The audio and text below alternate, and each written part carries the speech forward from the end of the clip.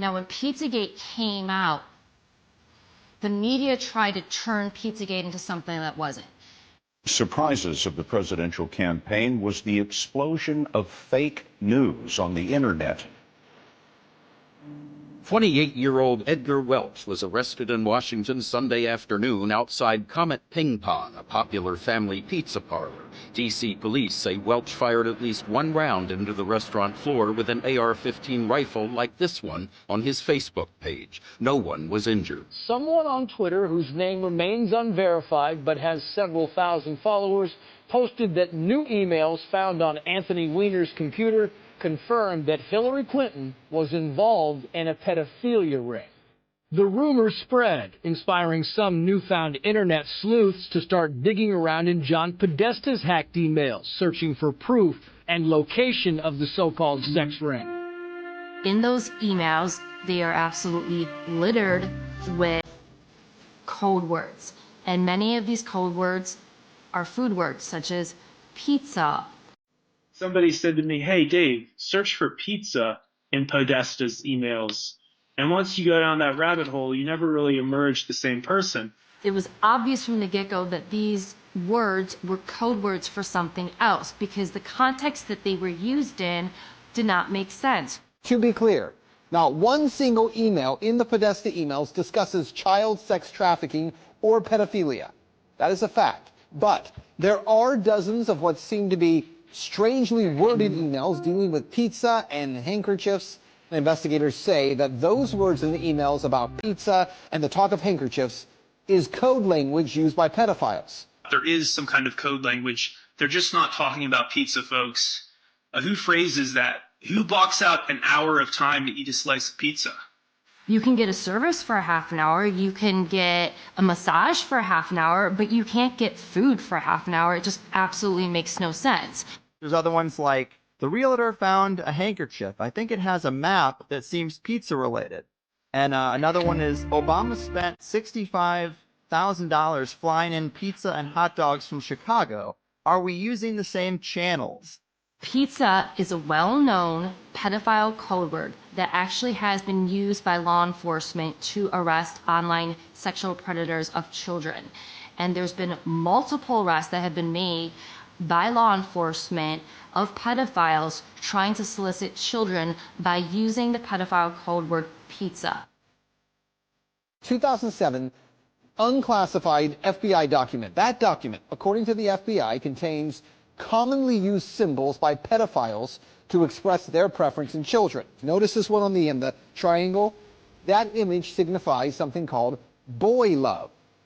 The pizza place next door to Comet Ping Pong Pizza, Besta Pizza, well, this was their logo until only a few weeks ago.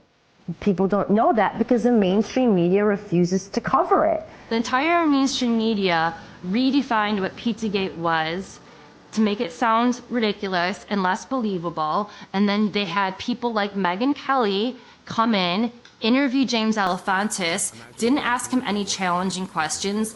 A conspiracy theory that even the D.C. police say has no basis in fact.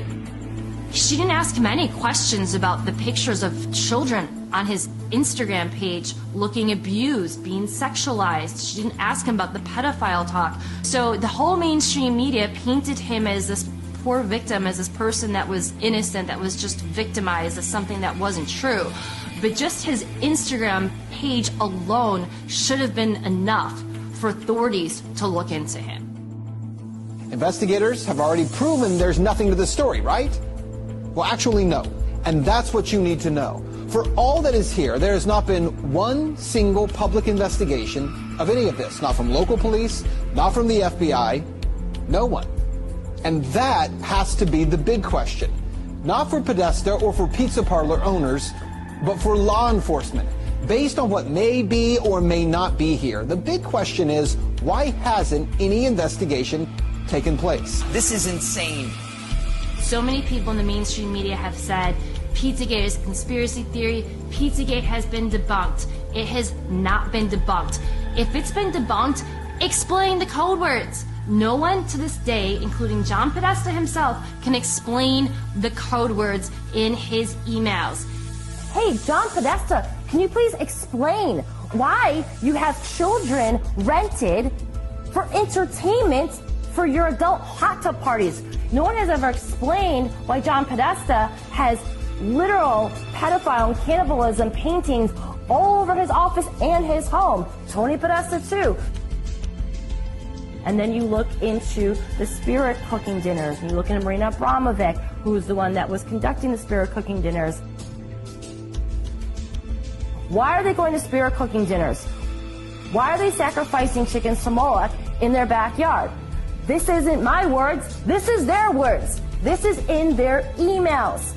I'd be willing to debate anyone who thinks that Pizzagate has been debunked. You asked me when how am I getting additional briefings? That was the first and last time I talked. So October 9th is the last time you have heard from the FBI at all? Yes. You have not got an update on the investigation to your personal email? That is correct.